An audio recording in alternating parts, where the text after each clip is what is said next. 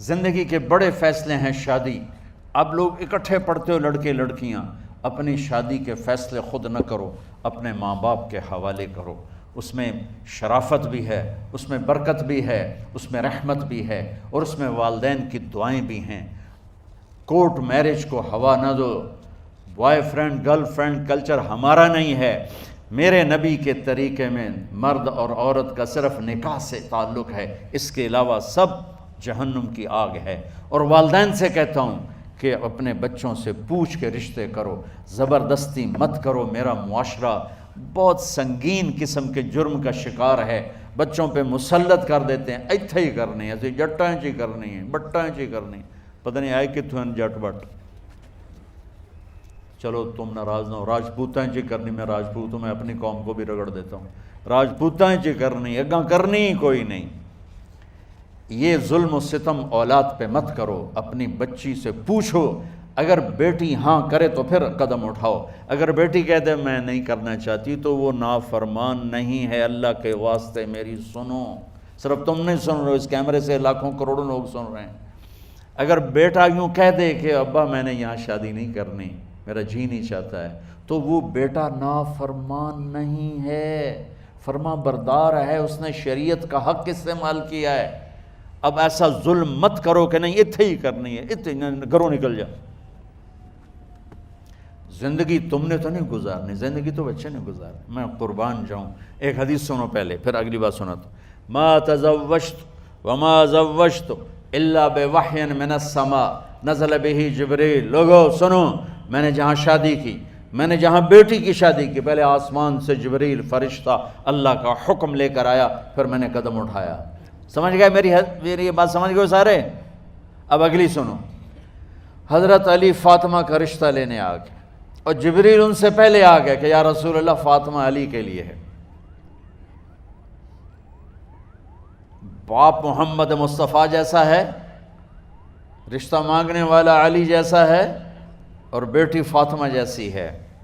اور آپ پوچھتے ہیں علی کیسے آئے؟ وہ شرم کی وجہ سے کچھ کہہ نہ سکے، چپ. آپ کو تو پتہ تھا، آپ نے فرمایا فاطمہ کے رشتے کے لیے آئے ہو؟ کہا جی. تو جبریل تنال بیٹھا ہوا ہے کہ یا رسول اللہ اتھے ہی کرنا ہے. آپ نے ہاں نہیں کی، آپ نے کہا انشاءاللہ، اور یہ کہہ کر اٹھ گئے. انشاءاللہ نبی کا ہاں ہی ہوتا ہے، لیکن جبریل کے آنے کے باوجود اور اللہ کے کہنے کے باوجود میرے نبی کو بھی پتہ ہے کہ یہ رشتہ یہاں کاتب تقدیر نے لکھ دیا ہے، لیکن امت کو سبق سکھانے کے لیے آپ گھر تشریف لے گئے. بیٹی فاطمہ کہ جی یا رسول اللہ. کہا علی کا رشتہ آیا ہے، میں ہاں کر دوں؟ سبحان اللہ. میں اپنے دیہاتی بچیوں پہ مجھے رونا آ گیا کہ جنہیں پتہ ہی نہیں ہوتا سانو کہیں دے نال بندے پہ جانور ہے یا انسان ہے. علی جیسا داماد، چلو علی کو چھوڑو، فاطمہ کو چھوڑو، جبریل آیا بیٹھا ہے، جبریل آیا بیٹھا ہے. اس کے بعد فاطمہ سے پوچھنے کی کیا بات ہے؟ جبریل آ کر کہہ رہا یا رسول اللہ، اللہ کہہ رہا فاطمہ علی کے لیے ہے اور علی فاطمہ کے لیے ہے، اور پھر آپ کہتے ہیں بیٹی فاطمہ ہاں کر دو. ہماری تو آج کی بیٹیاں انکار نہیں کرتی، چپ کر کے گاں ماش طرح بن چھڑ دین قلعے نال.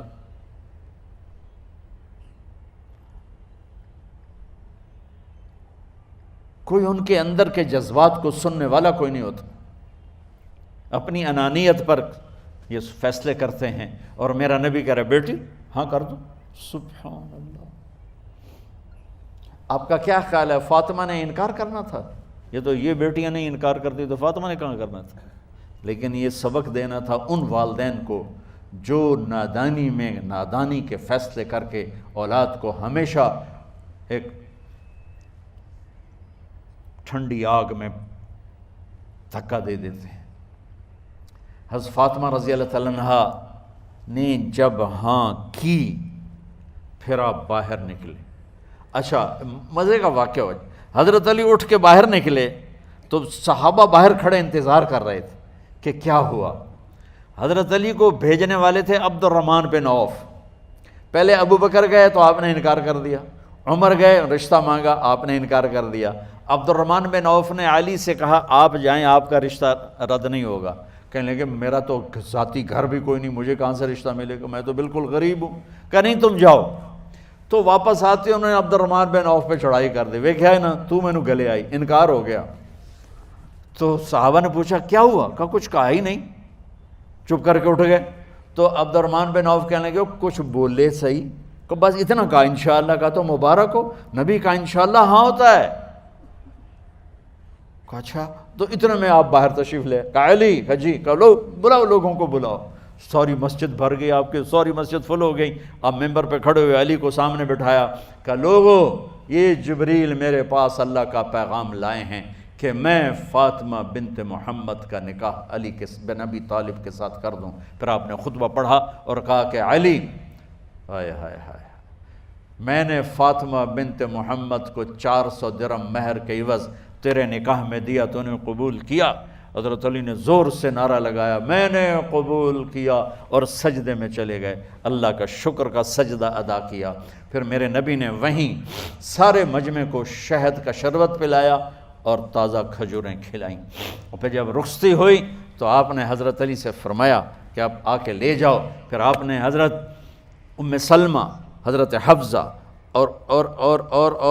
اور جناب حضرت عائشہ رضی اللہ تعالیٰ عنہ، ان تینوں کو بلا کر فرمایا تمہیں پتہ ہے نا مجھے فاطمہ سے کتنا پیار ہے، تو تم فاطمہ کو دلہن بناؤ، اس کی تیاری کرواؤ، اسے دلہن بناؤ۔